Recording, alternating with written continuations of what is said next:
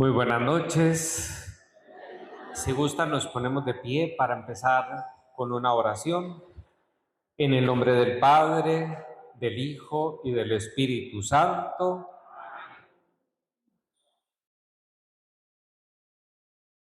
Recemos juntos. Señor Jesús, envía tu Espíritu para que nos ayude a leer la Escritura con los mismos ojos con que tú se la leíste a los discípulos sobre el camino de Emaús. Con la luz de tu palabra escrita en la Biblia, tú les ayudaste a descubrir la presencia de Dios en los acontecimientos dramáticos de tu condena y muerte. Así, la cruz, que parecía ser el fin de toda esperanza, apareció ante ellos como fuente de vida y de resurrección. Crea en nosotros el silencio para escuchar tu voz en la creación y en la escritura, en los acontecimientos y en las personas, sobre todo en los pobres y en los que sufren. Que tu palabra nos oriente de manera que también nosotros, como los discípulos de Emaús, podamos experimentar la fuerza de tu resurrección y testimoniarle a los otros que tú estás vivo en medio de nosotros como fuente de fraternidad, de justicia y de paz. Te lo pedimos a ti, Jesús, Hijo de María, que nos has revelado al Padre y enviado tu Espíritu Santo. Amén. Vamos a cerrar nuestros ojos.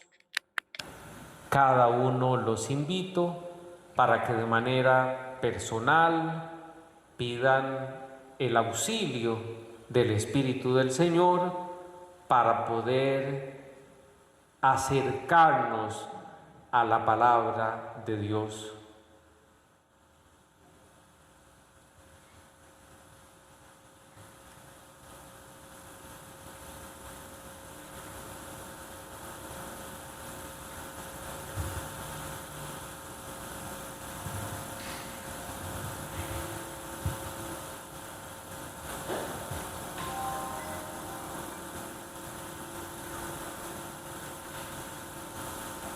Ven, Espíritu Santo, ilumina los corazones de tus fieles y enciende en ellos el fuego de tu luz, y así renovarás la faz de la tierra. Amén. Si gusta, toman asiento.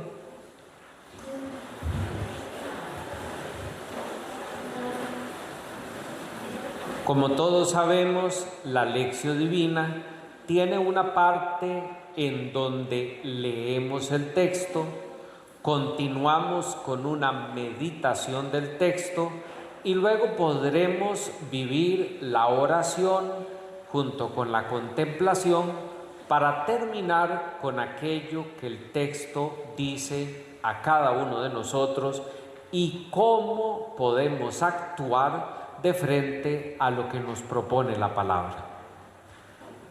Por eso funcionará como oración, evidentemente, porque aquí tendremos la posibilidad tanto de escuchar al Señor como dirigirnos para hablar con Él.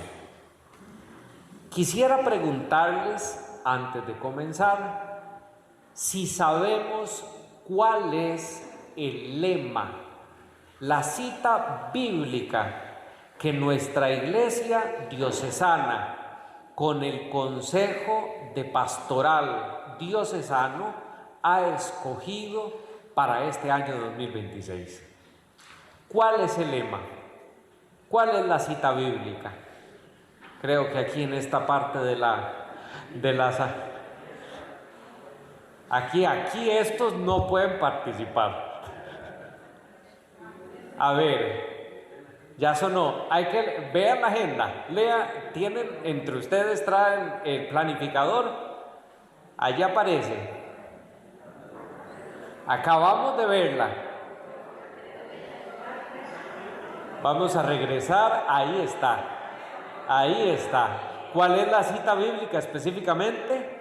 Juan 13:35. No, Efesios no. Juan capítulo 13, versículo 35. ¿Y qué dice Juan capítulo 13, versículo 35? Digámoslo juntos. En esto conocerán todos que son mis discípulos, si se aman unos a otros. Exactamente así. De hecho, para poder decirlo incluso con las mismísimas palabras con que fue escrito, deberíamos decir: en esto conocerán todos que son mis discípulos, que se tienen amor los unos a los otros. Si tradujéramos textual, que se tienen amor los unos a los otros. Evidentemente ya el traductor hace una opción, luego pone lo que se llama para nosotros un condicional en español y lo decide hacer así. Quiero invitarlos entonces a leer no solo el versículo, sino un poquito del texto que le acompaña para hacer nuestra oración. Entonces, cada diapositiva va a ser leída por una columna. Ustedes van a leer la primera, la segunda, la tercera y la cuarta. Volveremos a empezar de nuevo. Como no tenemos el texto, hay que ponerle atención. Y yo les voy a pedir que después tratemos de escribir el texto. Tratemos de escribir con lo que nos acordamos el texto. Por eso vamos a empezar a leerlo.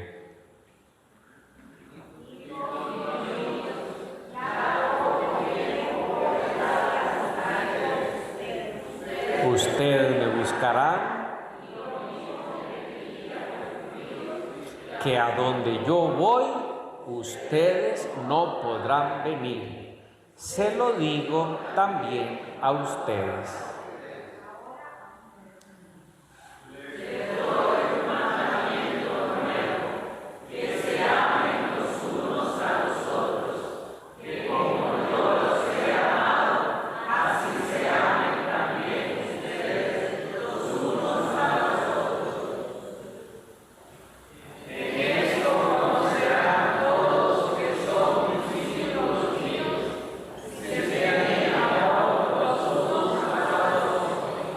Y ahora ya la cuarta.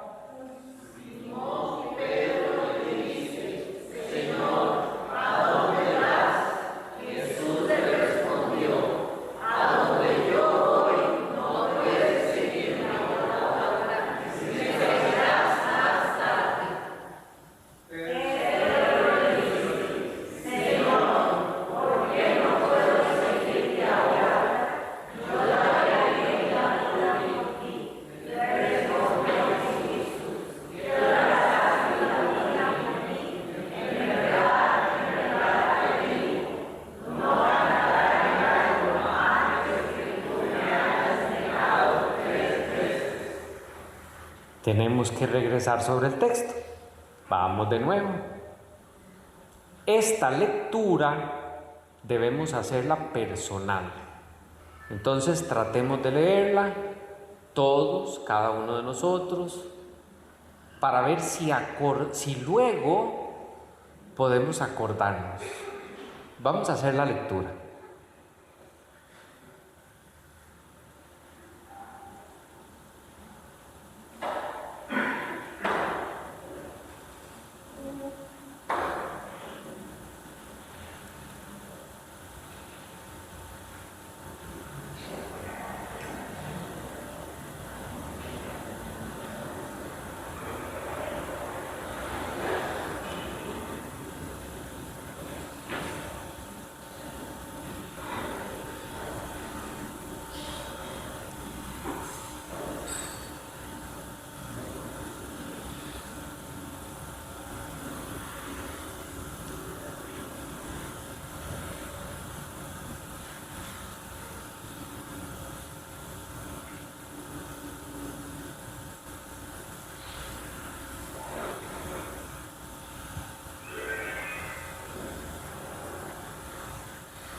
Listo. Vamos ahora a tratar de recordar y de armar nosotros el texto. Trate de escribirlo. Espero que hayan traído una hojita, un lapicero. Si no tiene una hojita o un lapicero, agarre el teléfono, en el celular lo puede escribir. Son versículos 33, 34, 35, 36 y 37. No pretendo que ponga los versículos, pero sí trate de escribir lo que se acuerda. ¿Qué le dijo primero Jesús? ¿Quién fue el primero que habló? Bueno, ya dije que era Jesús, ¿verdad? ¿Qué les dijo Jesús? ¿Quién le respondió? ¿Qué les volvió a decir Jesús? Al final, ¿quién fue el último que le respondió? Por si acaso, yo voy a ir pasando las diapositivas.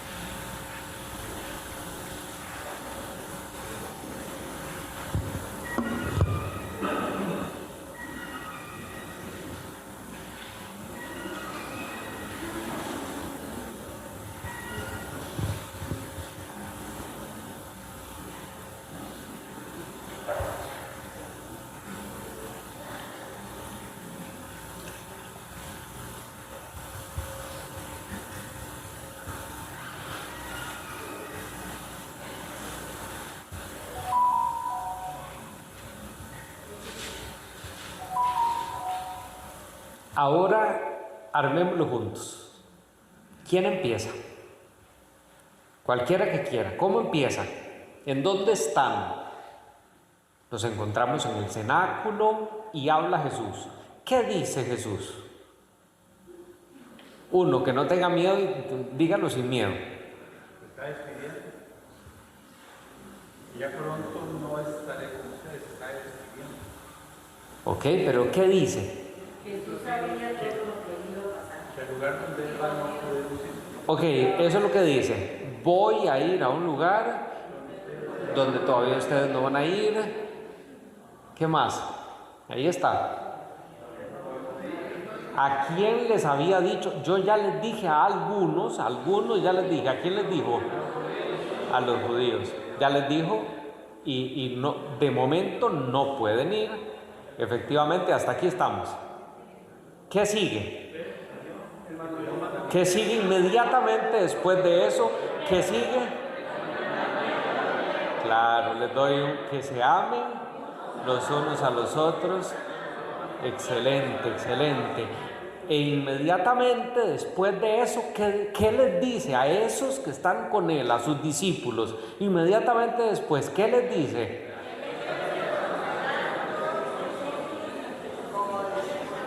Claro, ¿por qué conocerán que son discípulos míos?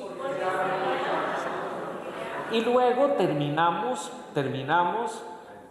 con una conversación. ¿Quién entra en la conversación? Claro, ¿y qué le dice Pedro? Sí, excelente. Y luego, ¿qué le dice Jesús?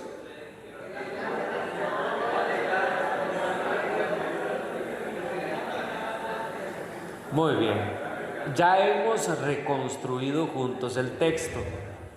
Quisiera preguntarles, para que lo escriban, ¿cuál es la frase que más les llamó la atención?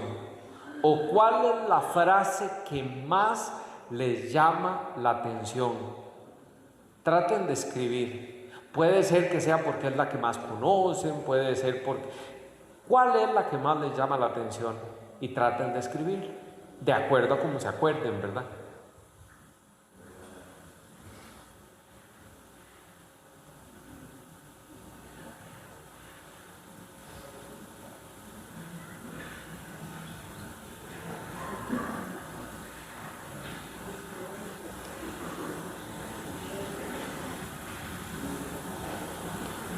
Vamos ahora a ir tratando de profundizar estos versículos.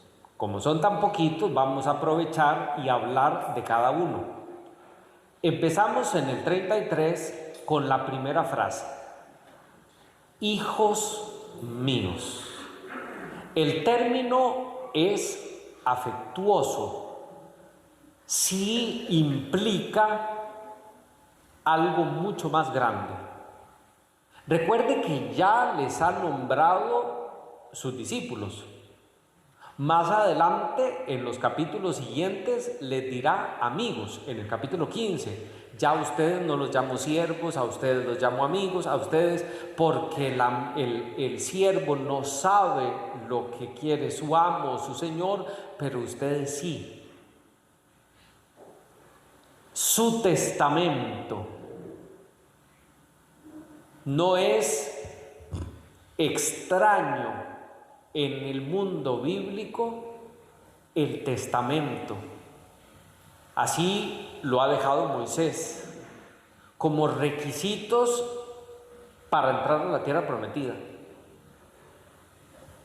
El tema de la descendencia y todo lo que ofrecen los patriarcas para sus hijos. Y Jesús lo que comparte lo hace llamándolos hijos míos. No es simplemente una despedida. En Juan, de manera particular, es sintetizar toda la experiencia de Jesús precisamente en estos 5 capítulos que serían los discursos del adiós o de la despedida. Interesante las frases porque dice: ya por poco tiempo voy a estar con ustedes. El discípulo de Jesús se va a sentir solo y le va a faltar la relación que constituye su vida. Jesús aparentemente lo va a dejar y experimentará el drama de la ausencia del que ama. El discípulo se sentirá vacío, porque lo que sigue ahora es precisamente la pasión y la cruz. Pero no les está hablando simplemente a los 12 que estaban con él. Nos está hablando a nosotros, discípulos de esta época, que no tenemos a Jesús para poder tocarlo como tendríamos la posibilidad de tocar a una persona que está a la par nuestra. Es la experiencia que va más allá de los 12.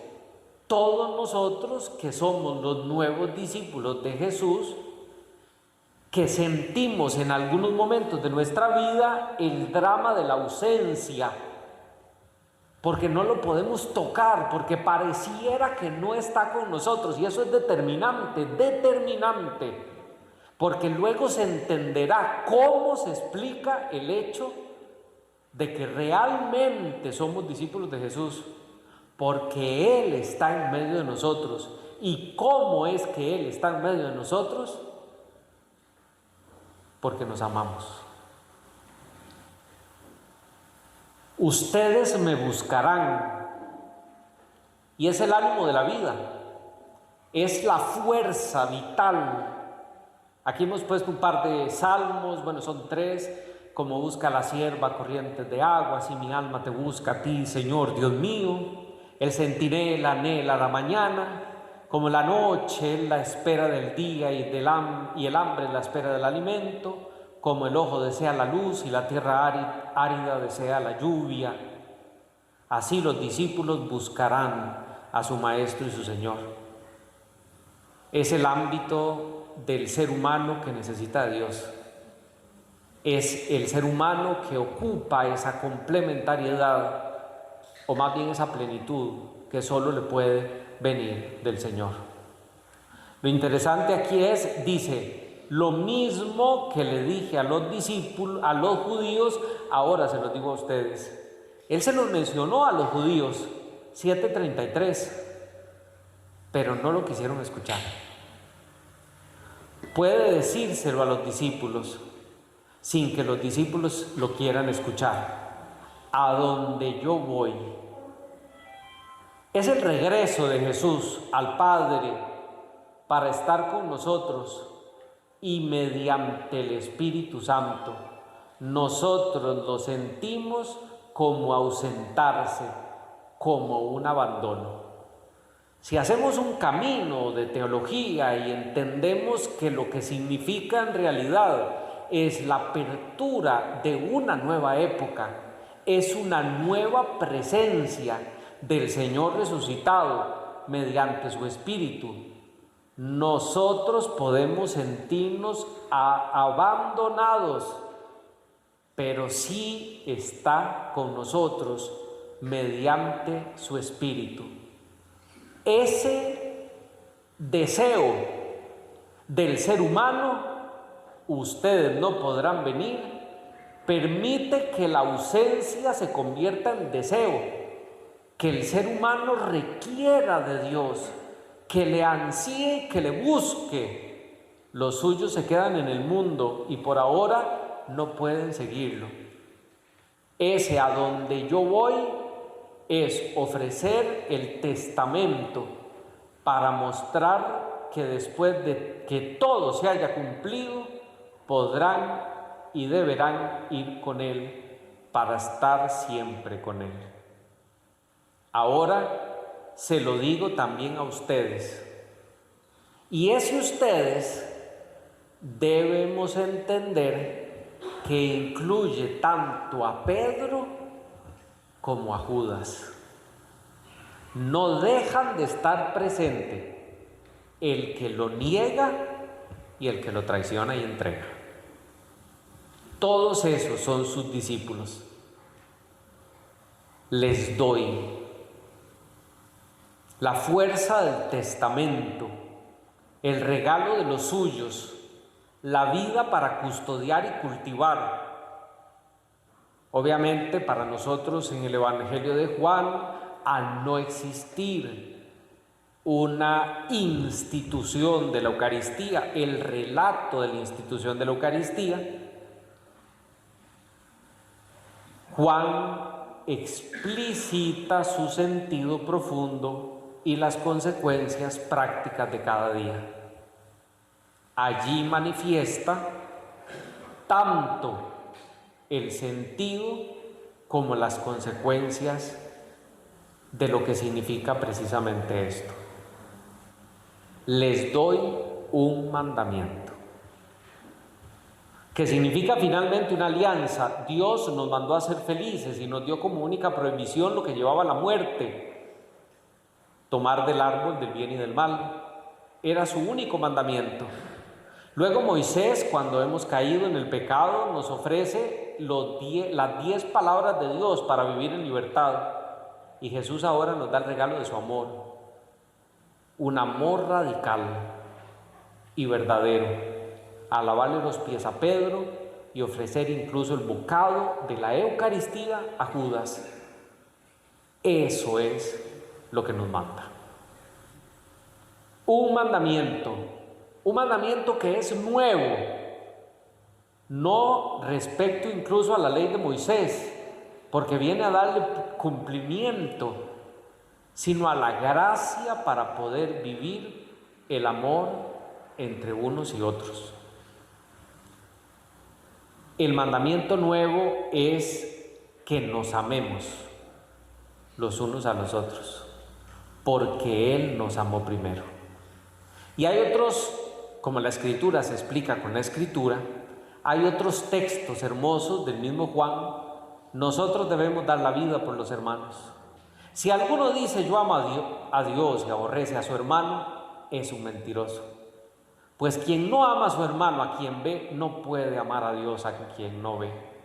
Y hemos recibido de Él este mandamiento: quien ama a Dios, ame también a su hermano. Aquí nos faltó Primera de Juan. Y continuemos. Si gusta lo podemos leer juntos.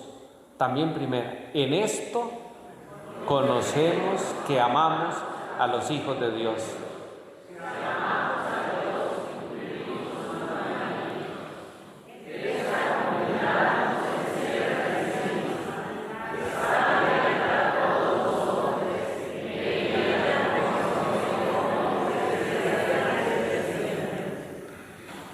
Y ese amor es que finalmente no solo implica ese cómo, no implica simplemente la manera, sino la intensidad. Jesús nos amó sirviéndonos y entregándose a nosotros. Por eso también nosotros debemos amarnos con ese mismo amor. El amor que circula entre nosotros es el mismo amor que existe entre Él y el Padre.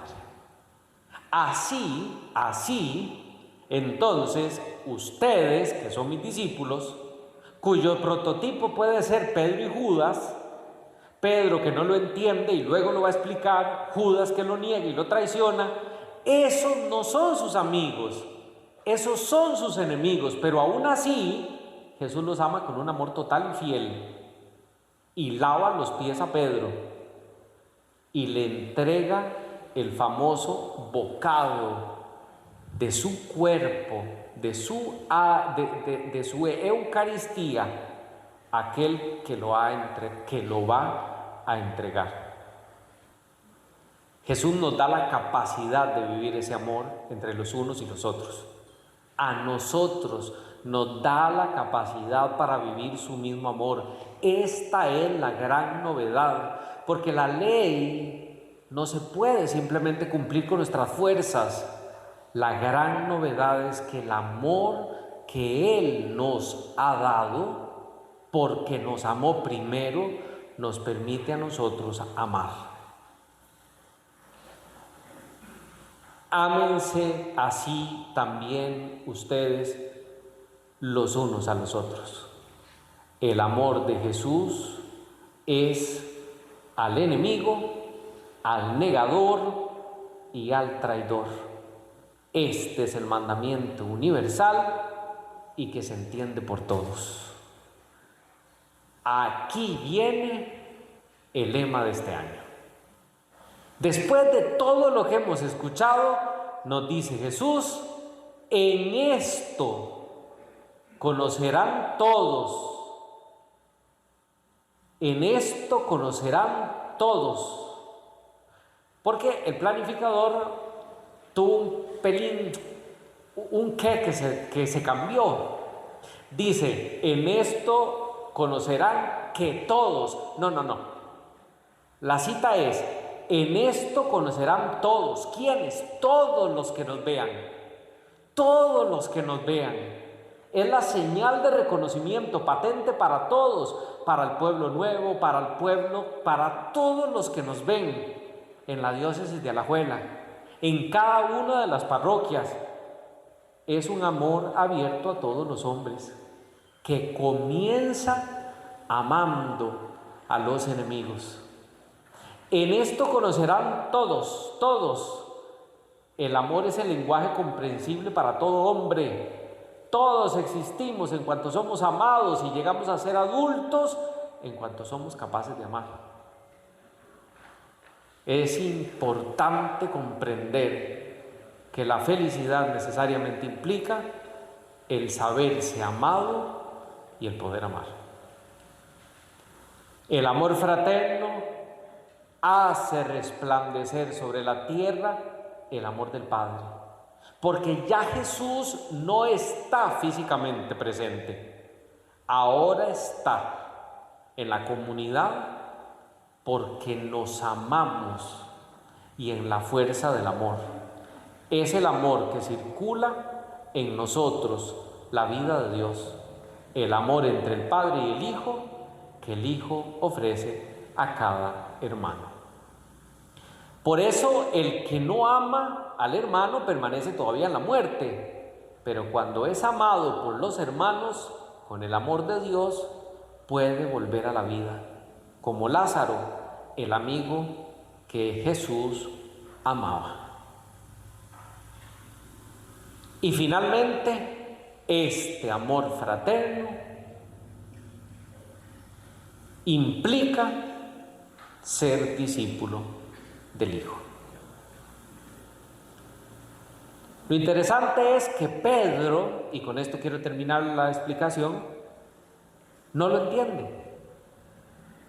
Y todavía le pregunta: Señor, ¿a dónde es que tú vas? Y todavía le pregunta, diciéndole incluso que daría su vida por él. No ha comprendido.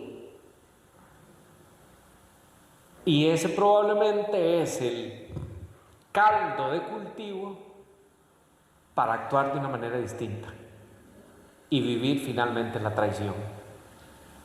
Es necesario cumplir el amor, pero todavía Pedro no sabe cómo amar. Y en lugar de amar, como no ha conocido su amor, que las comprenderá después, evidentemente le negará. Pedro, debajo de su amor, lo que tiene es el pecado de rechazar a Jesús para ponerse en su lugar, porque no entendió que lo que significaba era el amor.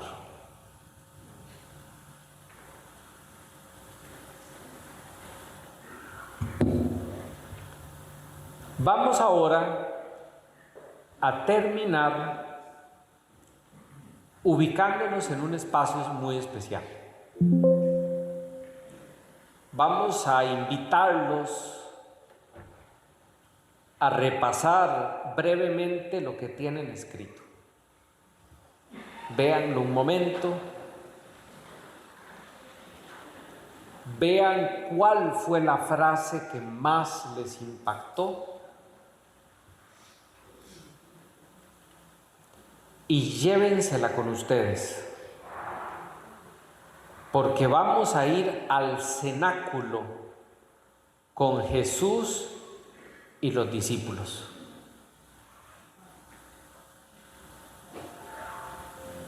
Quienes puedan, cierren sus ojos e intenten ubicarse en el cenáculo con Jesús y sus discípulos. San Ignacio de Loyola insiste que se requiere de una ubicación del lugar. Imagine todos los detalles que pueda. Vea a Jesús, vea los divanes, trate de mirar con detalle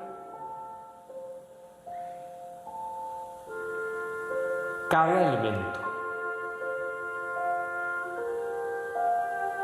Jesús está lavando los pies a los discípulos.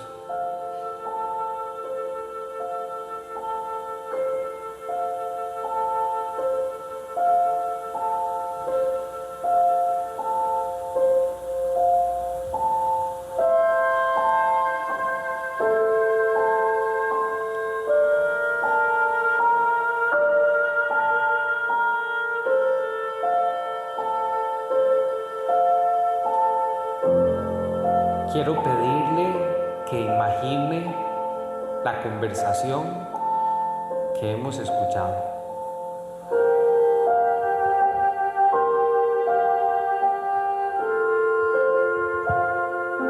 Está hablando Jesús con Pedro.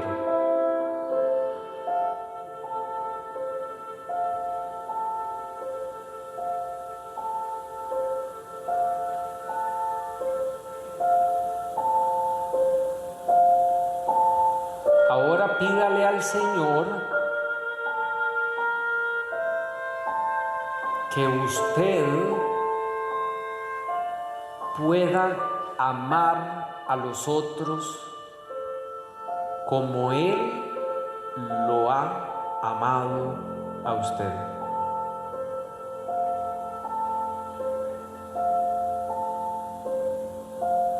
Usted está junto a Pedro y también al lado de Judas.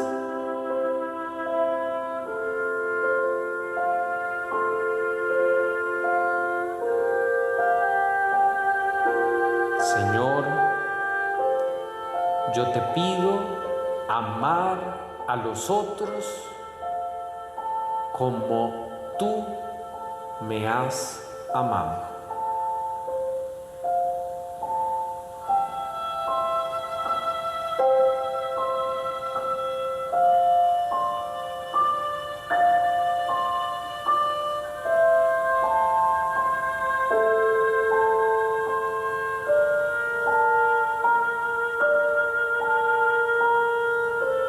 Ahora contemplemos las personas,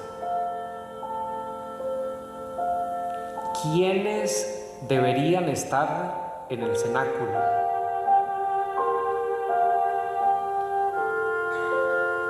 ¿Quiénes son mis hermanos con los que construyo el amor? ¿A quienes debería amar más?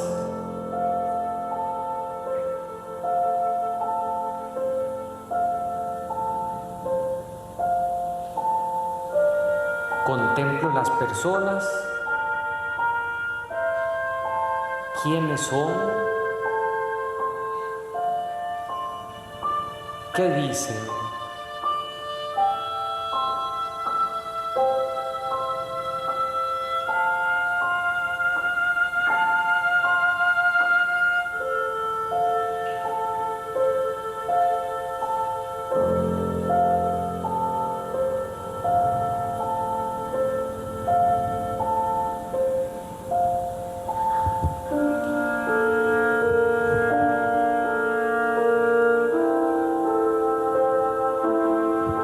Y ahora escuchemos el lema de nuestra diócesis y pensemos en este año qué significa para mí. En esto conocerán todos que son mis discípulos, si se aman los unos a los otros.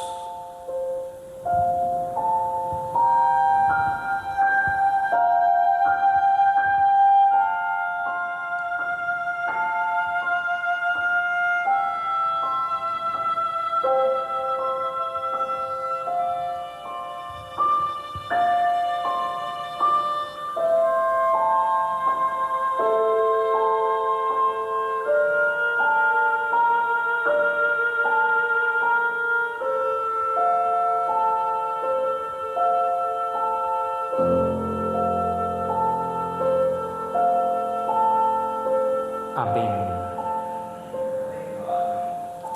Muy bien, hermanos, después de esto lo único que me resta es pedirles que escriban una frase que se quieran llevar de esta oración, la que ustedes quieran, lo que el corazón les dice. y como quieran llevarlo para vivirlo.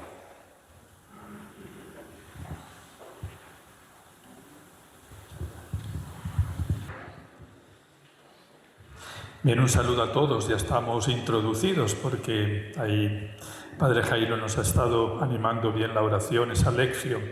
Y bueno, el tema de este año es la vida fraterna en comunidad. Entonces he decidido centrar en eso un poquito las palabras que me dan a mí.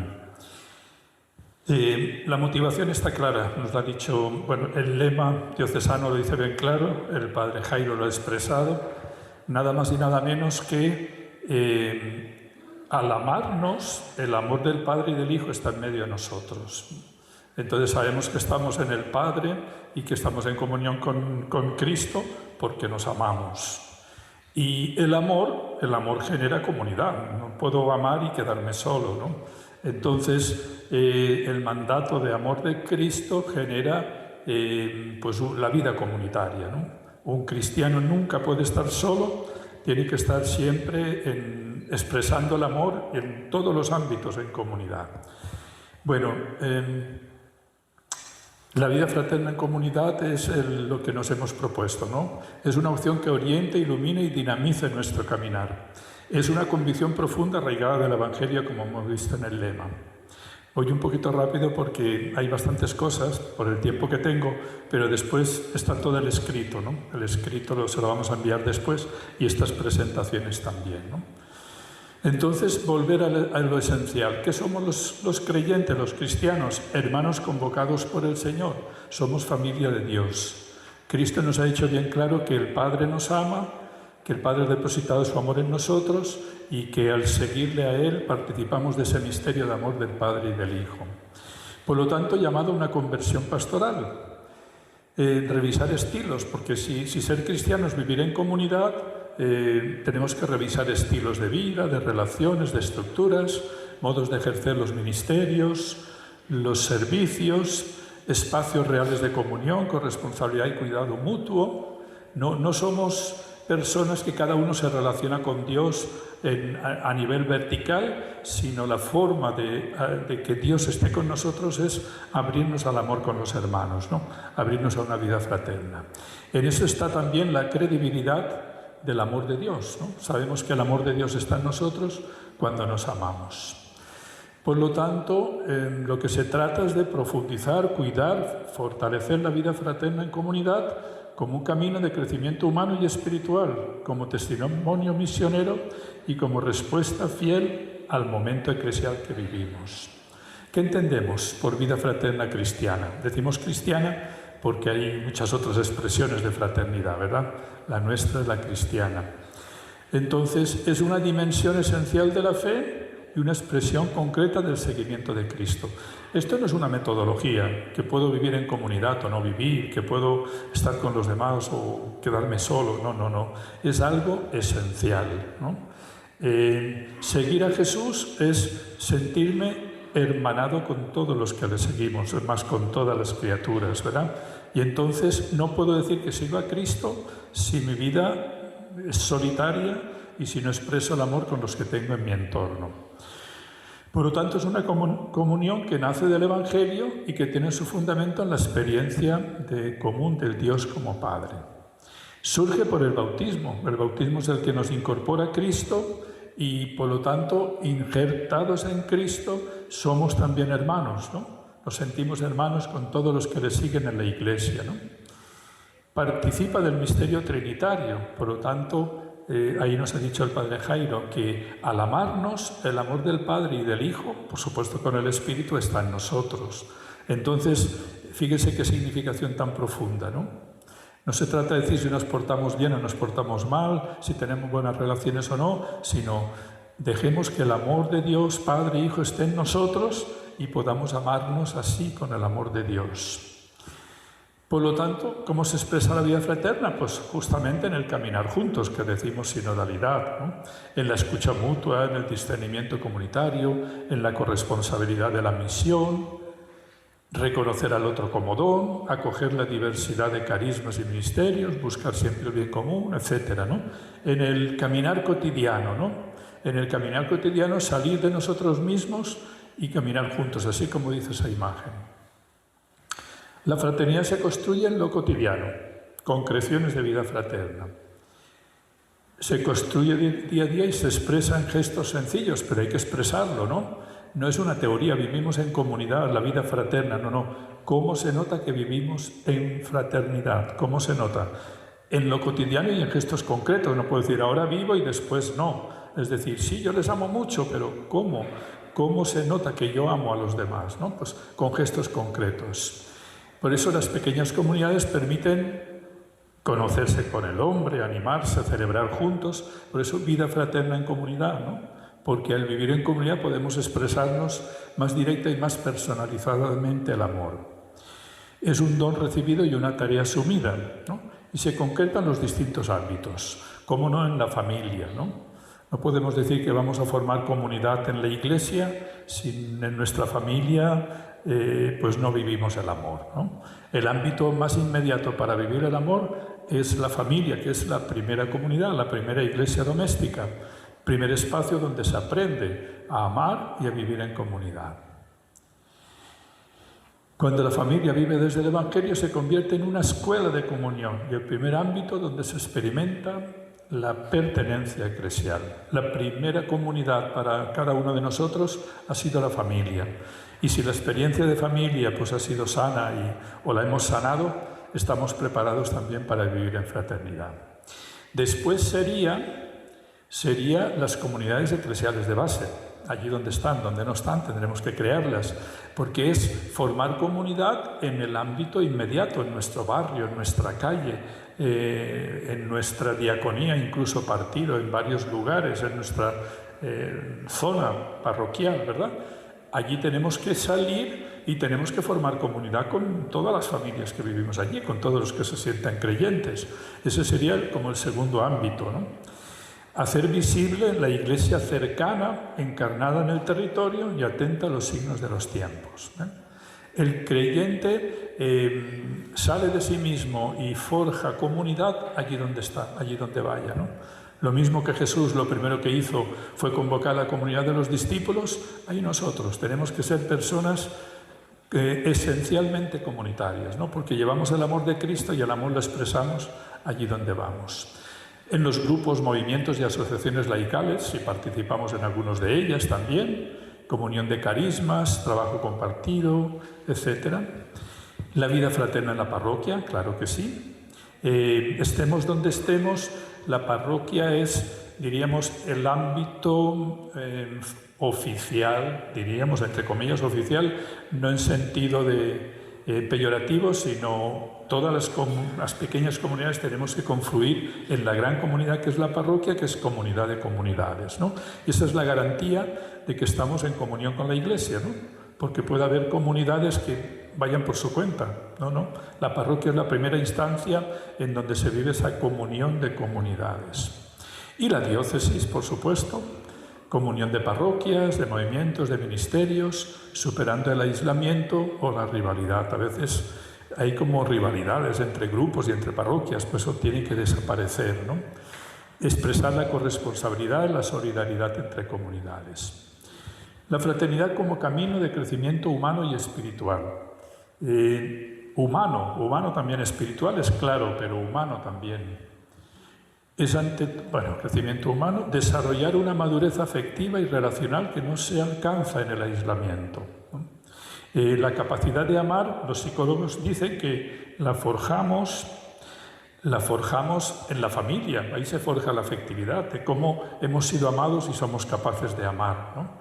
Pues bien, todas aquellas situaciones en que nos encontramos con los demás y nos ejercitamos en el amor nos llevan a madurar nuestra afectividad y nuestra capacidad relacional, que sabemos que es lo decisivo en la persona, ¿no?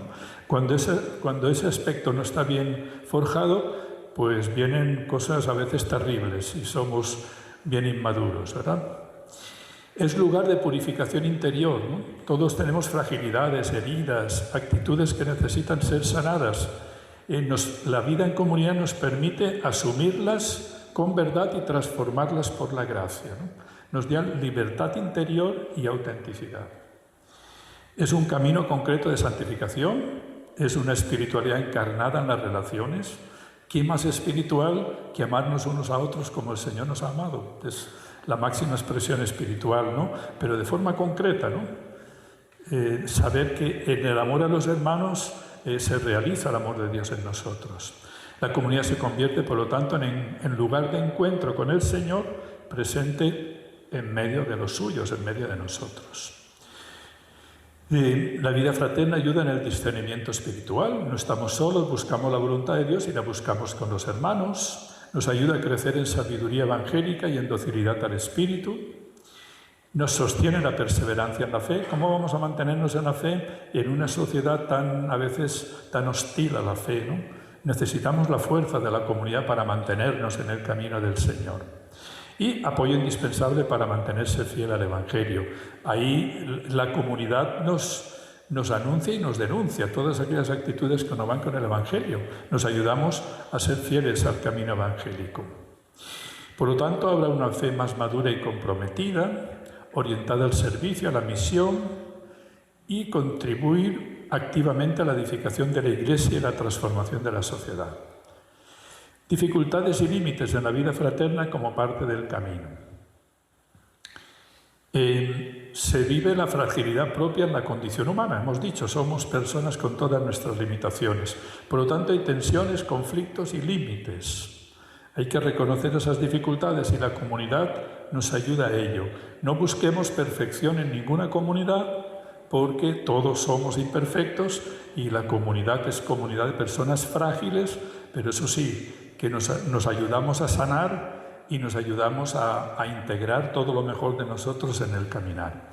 Dificultades, el individualismo. Si yo no salgo de mí mismo y ninguno sale de sí mismo, no es posible la comunidad, ¿no?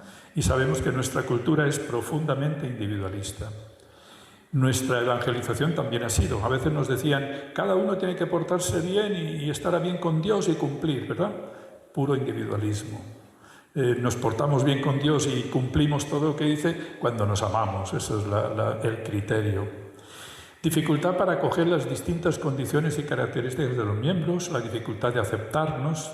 Yo no me llevo con este, yo no me llevo con lo otro. Sobre todo si lo planteamos a nivel humano. Es que desde la fe está mucho más profundo que a nivel humano. Las heridas personales no sanadas, los prejuicios, etc. Si yo no voy sanando, yo entorpezco el camino comunitario, ¿no? Pero la comunidad también me ayuda a sanar.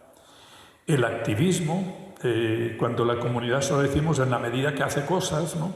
La comunidad no es solo para hacer cosas, la comunidad es para vivir el amor y disfrutar el amor y concretar el amor en pequeños gestos, ¿no? La falta de formación humana y espiritual, la debilidad en la oración. Si no hay una motivación espiritual y una vida espiritual, es imposible una vida fraterna cristiana, ¿no? Habrá un espejismo de vida fraterna, pero no será la cristiana. Por lo tanto, la vida fraterna cristiana se sustenta y se fundamenta en una vida espiritual fuerte. Sin embargo, estas dificultades no son un fracaso, sino una oportunidad, una ocasión de crecimiento. Actitudes que fortalecen la vida fraterna en comunidad.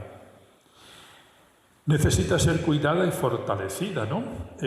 No es espontánea, no es que surge así, también es un don, pero también una tarea. Voy un poquito rápido, después lo pueden leer. La escucha mutua y el diálogo sincero, obviamente. Eso es lo que va forjando comunidad, la acogida y la inclusión. No hay límites para la comunidad, todos estamos llamados a ella. El compartir la fe y la vida. Vamos a la comunidad para compartir, ¿no? Para salir de nosotros mismos, compartir y nutrirnos de todo lo que los demás nos regalan también. El perdón y la reconciliación. Sin perdón y reconciliación no hay vida fraterna posible, porque todos somos limitados. La corresponsabilidad y el servicio. Si no nos abrimos a servir, ¿qué comunidad estamos forjando? La opción preferencial por los pobres, porque la comunidad se hace sensible, sobre todo si es comunidad cristiana. Es una comunidad para los demás, como hacía Cristo, y que tiene como preferidos a los pobres. La oración y la celebración compartida, el discernimiento comunitario y la apertura misionera, ¿no? Bueno, se aprenden, se ejercitan cada día. Nadie nace aprendiendo todo esto. Es en la vida fraterna, en el camino fraterno, como se aprende hasta el punto de tener la comunidad como un hogar espiritual. Dinámicas para favorecer la vida fraterna en comunidad, para que vean que hay muchas pues ocurrentes. Por ejemplo, dinámicas de encuentro y conocimiento mutuo. La rueda de la vida comunitaria, ¿no? Preguntarnos cómo se siente la comunidad, la historia vocacional compartida, el nombre y el agradecimiento, saber el nombre de cada uno, agradecernos, dinámicas de escucha y diálogo. Estos son para practicar en las comunidades, ¿no? Círculos de escucha, diálogo espiritual, ecofraterno. Después lo pueden leer, ¿verdad? Ahí está explicado. Dinámicas espirituales, la lección divina, la oración e intercesión fraterna, el examen comunitario. De corresponsabilidad y servicio, planificación participativa, rotación de servicios en la comunidad, proyectos solidarios comunes, afrontar conflictos, reglas de oro comunitarias, reconciliación guiada, celebración penitencial comunitaria, dinámicas celebrativas y simbólicas, celebrar la vida, rituales comunitarios, espacios informales. Ojalá que todo esto lo viviéramos espontáneamente en todos nuestros grupos de fe, grupos apostólicos, y también en las comunidades eclesiales de base, las comunidades más a la mano en nosotros. Dinámicas de evaluación y crecimiento, evaluación fraterna, acompañamiento comunitario. Bueno, y la vida fraterna como testimonio misionero. Después tenía, ya terminó mi tiempo, la vida fraterna vivida en las comunidades eclesiales de base, que ahí está también, pero es un tema que vamos a acentuar en este año, está en el plan. En algunos lugares, en algunas parroquias es fortalecimiento, revitalización, en otras es creación, porque quizás se extinguieron o no los ha habido nunca. Entonces ya hay un programita que vamos a ir estudiando para que en todas las parroquias vayamos más o menos a la par, no uniformados, pero sí con la misma dinámica. Y esto es para mí el punto fuerte de este año y de los sucesivos en la diócesis. Si lográramos avanzar en esto, avanzamos muchísimo en todos los ámbitos, en la vivencia de fe, en la construcción de la comunidad cristiana y en ser misioneros, porque las comunidades eclesiales de base en cada lugar son misioneras, ¿verdad? Y también junto a esto, la iniciación cristiana. Todos sabemos que pues de los niños, jóvenes y adultos, ¿no? Iniciarnos en la fe, pues en esta dinámica comunitaria, iniciarnos en la fe, pues bueno, con todas las dificultades que vemos, ¿no? Cuántos niños vienen y se van, ¿qué podemos hacer en la iniciación cristiana para que sea una verdadera iniciación y para que forje verdaderos creyentes y personas que vivan la fe en la Iglesia? Bueno, tanto la presentación como el escrito se lo vamos a enviar después para que lo mediten y vayamos avanzando en todo esto. Muchas gracias.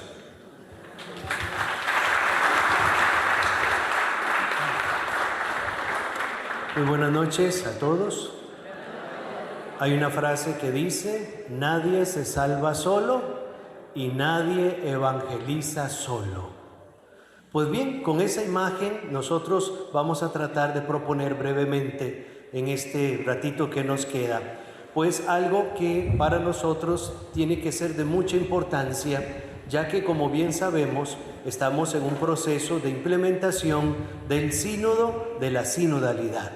Y hay dos santos que han venido iluminando todo este camino. San Cipriano, ¿verdad?, que nos recuerda aquella imagen tan bonita, ¿verdad?, donde él, cualquier consulta, siempre buscaba personas y para ver qué opinaban. Y nunca tomaba una decisión solo, siempre preguntaba. El otro gran santo de la sinodalidad es San Ignacio de Antioquía. San Ignacio de Antioquía tenía una frase muy bonita que dice: nada sin el obispo, nada sin el presbiterio y nada sin el census comunitario. ¿Qué significa eso? Las decisiones las tomamos entre los tres. Ciertamente cada uno tiene una responsabilidad, pero la comunidad muchas veces es la que pega el grito y es la que a veces la que menos se le escucha. Y por eso, cuando miramos un poquito las grandes líneas pastorales, recordemos esa imagen Estas tres cosas siempre tienen que ir juntas. Nada sin el obispo, nada sin el presbiterio y nada sin el census comunitario.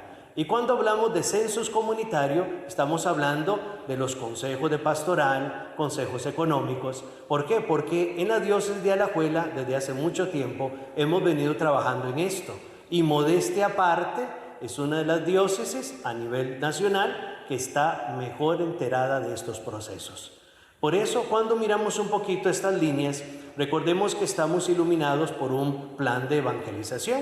Y ese plan de evangelización no es una camisa de fuerza, tampoco es un invento del obispo, ni tampoco es algo que algunos podrán decir, eso no sirve. No, recordemos que una de las actitudes que empobrece la reflexión es cuando yo mismo digo, no se puede. Por eso, tomemos en cuenta tres cositas para que los entendamos mejor. Cuando nosotros hablamos de líneas de acción, cuando nosotros hablamos de ejes y de acciones, tenemos que recordar que a lo largo de la Iglesia, Noé decía, el Papa Francisco viene hablando de sinodalidad. Eso es algo más antiguo. El Papa lo rescata. ¿Por qué? Porque a lo largo de la historia, la Iglesia ha tenido grandes reformas. Tenemos una reforma en el siglo VII, que es la reforma carolingia, donde el objetivo era San Benito, el tema de la reforma monacal. Luego tenemos otra reforma en el siglo XI, la gregoriana, que el objetivo era la espiritualidad. ¿Cómo vivir la espiritualidad cristiana en el mundo y no una reforma política, sino espiritual? El ejemplo es que todavía escuchamos música gregoriana y hay un descanso en el espíritu. A una señora le recomendaron eso porque era muy nerviosa. Puso, ¿verdad?, la música gregoriana y escuchaba por detrás. La perra se durmió la perra. O sea, funciona. ¿Ven? La reforma gregoriana. La otra reforma, por si acaso, ¿verdad?, es la reforma de Trento. Recordemos que Trento también tiene su aporte. Y la última reforma que ha tenido la Iglesia, Vaticano I pasó muy desapercibido. La última es Vaticano II. Y Vaticano II pues viene a ayudarnos un poquito a entender todo esto, ¿verdad? ¿Por qué? Porque la línea de acción, los ejes y de las acciones tienen una espiritualidad. Y vea qué interesante, las reformas en la Iglesia son cada 400 o 500 años. O sea, ¿cuánto tiempo nos vaya? Bueno, de Vaticano I a Vaticano II fueron, qué sé yo, no fueron 100 años. Pero en sí, una reforma de Trento hasta Vaticano II, ¿cuántos estamos? ¿600 años? No sé, por ahí más o menos. Entonces las reformas en la Iglesia no son cada rato. Por eso cuando nosotros miramos esto, no hay de extrañar que a veces cueste. Entonces, veamos acá que es una línea de acción. Es por dónde caminamos, es el modo de hacer las cosas. Un eje que es, ¿qué queremos lograr? Es la dirección. Y las acciones es qué hacemos concretamente, actividades específicas. Entonces, la línea de acción es el modo, cómo hacemos las cosas. El eje es, ¿verdad?, qué queremos lograr, es decir, hacia dónde. Y por otro lado, las acciones son el cómo logramos eso. Más o menos, ¿verdad? El qué, el para qué y el cómo. Vamos. Cuando hablamos de línea de acción en la diócesis, nosotros tenemos 7 líneas de acción bien definidas. La primera es la renovación de la iniciación cristiana en clave catecumenal. La segunda línea, el fortalecimiento de la sinodalidad y de la vida comunitaria. En este año 2026, pues tenemos estos acentos, que no los voy a leer acá, porque ahora vamos a hacer un trabajo pequeñito, por grupos, por parroquias, y cada parroquia va a tener unos acentos. Entonces, ¿para qué lo voy a leer acá? Si al final ahora vamos a tener un encuentro más ubicado. Tenemos aquí el fortalecimiento. Luego tenemos el impulso misionero y la renovación parroquial. ¿Qué es eso? ¿Verdad? Un programa diocesano, una conversión pastoral, la evangelización en el mundo digital. ¿Qué es eso? Un poquito de la línea de acción. Tenemos el cuarto, profundización de la vida espiritual y litúrgica. Una de las cosas que se propone para este año es un énfasis fuerte en la renovación interior de los discípulos como fuente de toda misión.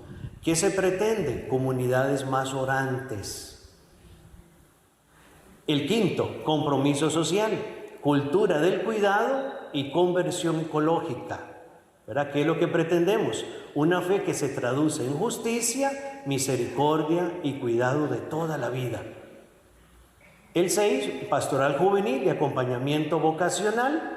¿Verdad? Un poquito cómo reforzar el protagonismo juvenil y la cultura vocacional. Jóvenes discípulos misioneros acompañados, escuchados y corresponsables. Y por último, que algo que es muy importante es el tema de la administración.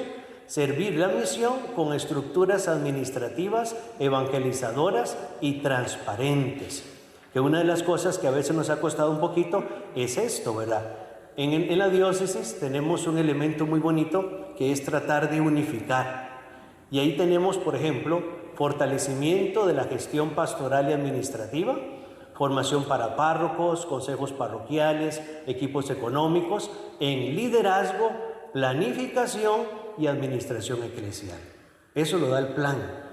Tal vez dirán el Consejo Económico Diocesano. ¿Qué nos toca hacer? Ahí está, ¿verdad? Un poquitito. Integración entre pastoral, economía y misión.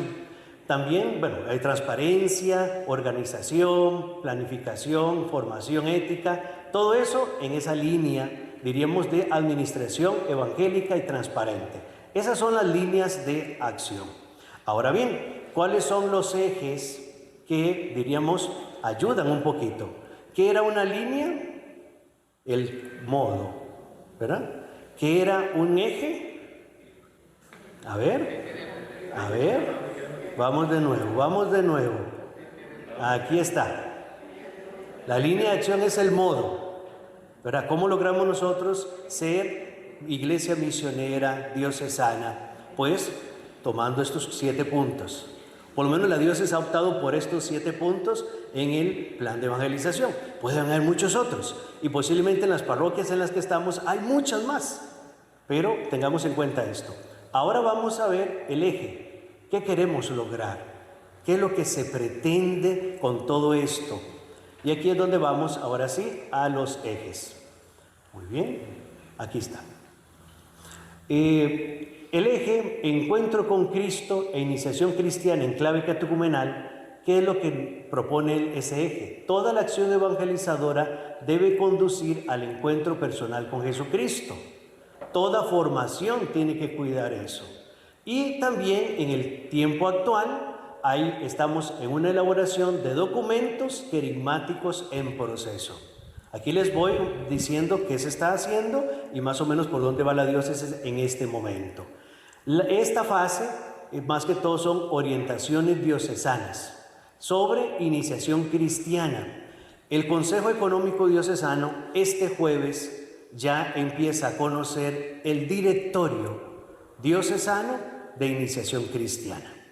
Y con base en ese directorio, porque lo pidió la Asamblea, con base en esa reflexión, vamos a ir poco a poco, verá el consejo, el presbiterio, el obispo, y vamos a ir conociendo poco a poco estos documentos. También un poquitito, esto desde el catecumenado postbautismal y preparación para su implementación. Sigamos.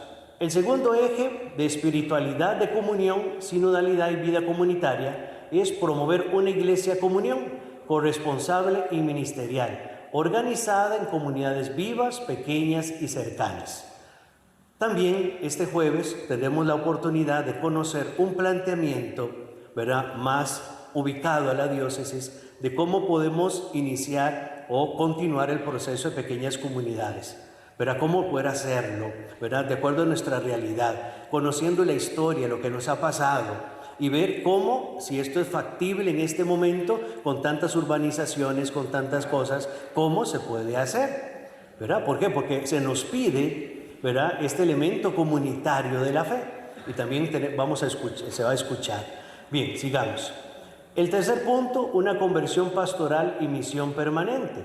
Toda la pastoral debe ser decididamente misionera, en salida, con parroquias renovadas, cercanas a las personas y abiertas a los nuevos lenguajes. En este sentido, tenemos también un documento sobre programa de renovación parroquial en fase de elaboración e implementación inicial. Hay un programa, se ha consultado varias parroquias a nivel de varios países, cómo ellos están llevando a cabo, la renovación parroquial en clave sinodal. Ustedes bien saben que Madrid en este momento está iniciando un proceso muy interesante. Este fin de semana se reunieron más de 1000 sacerdotes con el cardenal de Madrid. Y la frase que utilizó el cardenal fue: estamos en modo de, de asamblea. ¿Verdad? ¿Por qué? Porque una de las cosas que más cuesta para la renovación parroquial es poder ponernos de acuerdo en las cosas que hay que hacer. Todo mundo tiene inventos, necesidades, pero ¿qué es lo que Cristo quiere en este momento y qué podemos darle? Una cosa es lo que yo quiero, otra cosa es lo que me conviene y otra cosa es lo que puedo sostener.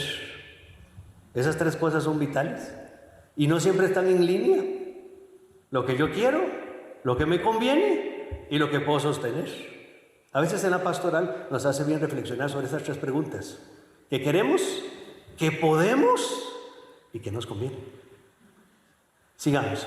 Cuarto punto, en la vida espiritual, litúrgica y bíblica, centrada en Cristo, cultivar una espiritualidad personal y comunitaria con renovación litúrgica, animación bíblica de la pastoral y espiritualidad eucarística. Y aquí tenemos algo que con el equipo diocesano de liturgia y culto, la comisión, se está trabajando, formaciones, ¿verdad?, en las diferentes áreas, una organización, ¿verdad?, de innovación bíblica y también documentos sobre espiritualidad eucarística y piedad popular en desarrollo.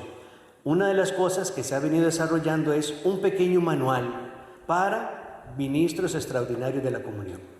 ¿Verdad? Okay. ¿Qué es esto? ¿Cómo nacen? ¿Cuáles son los pasos? Las edades mínimas, las edades máximas. ¿Qué? El proceso, Se está revisando ese documento. Que lo están elaborando y muy bonito, por cierto. Un poco amplio, pero muy bonito. Sigamos. Compromiso social, cultura del cuidado y conversión ecológica. Pues hay un poquito el fortalecimiento de la pastoral social, que de paso también es otro trabajo que tiene el Consejo para este año. Ellos elaboraron como un tipo de directorio también de trabajo, de cómo se trabaja la pastoral social a nivel diocesano, el enlace a nivel parroquial y cómo poder dar respuesta a ciertas cosas. Y eso también se está en proceso de revisión. Una organización pastoral y administrativa al servicio de la misión, como hemos dicho. Y por último, el tema de la pastoral juvenil, ¿verdad?, como eje de acción, y la pastoral vocacional. En el caso de pastoral juvenil, una de las cosas que han venido trabajando es cómo logramos el encuentro personal a nivel de jóvenes. Bueno, ahí se dan algunas sugerencias que da el plan. También formación integral del joven. ¿Qué es lo que se pide de ese tipo de formación? Luego, protagonismo, comunidad, pastoral juvenil misionera y solidaria. ¿Cuáles pueden ser los pasos? Ahí también se da. Y por último, en el acompañamiento vocacional, tenemos también un elemento interesante.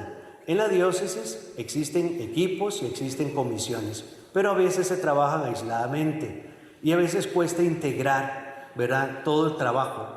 ¿Verdad? Y no es culpa de los que están allí, sino eso a veces por una cuestión cultural. Somos como muy individualistas y ahora se nos pide trabajar como en equipos, ¿verdad? Hay necesidades comunes para poder responder. Entonces, parte de lo que se pide en este eje es que veamos cuáles son esas necesidades comunes y podamos trabajarlas, enfrentarlas. Además de que a nivel parroquial creo que también es muy interesante este trabajo. Pues bien, por ahí más o menos es donde vamos